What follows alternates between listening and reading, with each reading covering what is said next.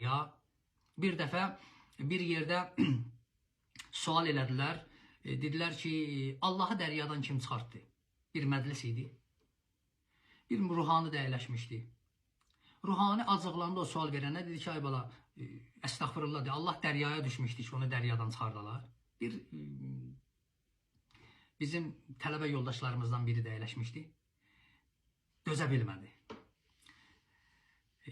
Mənə dedi, cavab ver. Dedim, yaxşı deyil məclisdir. Dedi, icazə olar, mən o sualın cavabını verim. Ruhani baxdı ona, dedi, ver ki nə? Dedi ki, Allah hardadır? Deyə bilərsən yerdədir? Dedi, yox. Deyə bilərsən göydədir? Dedi, yox. Dedi, Allahın məkanı yoxdur ki. Allah la məkandır, məkansızdır. Yaradılışın hər yerində Allah hakimdir. Allah bir qüdrətdir ki, hər yerdə hakimdir. İnsanın qəlbi bir dəryadır. Allah hər kəsin o dəryasındadır.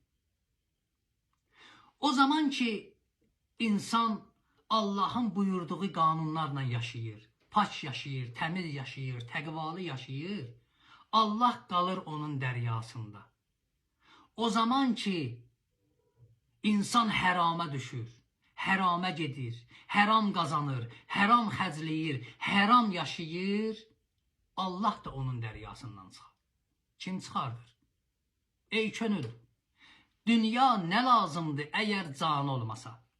Sağlam canın olmasa, dünya sənin nəyə lazımdır? Elədir.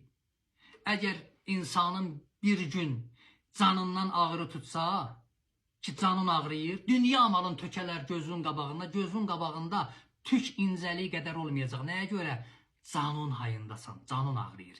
Ey könül, dünya nə lazımdır əgər canı olmasa? Aşiqə rahatlıq olmaz. Vəsli canan olmasa, sevən qəlb rahat ola bilməz sevdiyinə yetişməyə. Al qabağın nəfsini, allatmasın şeytan səni.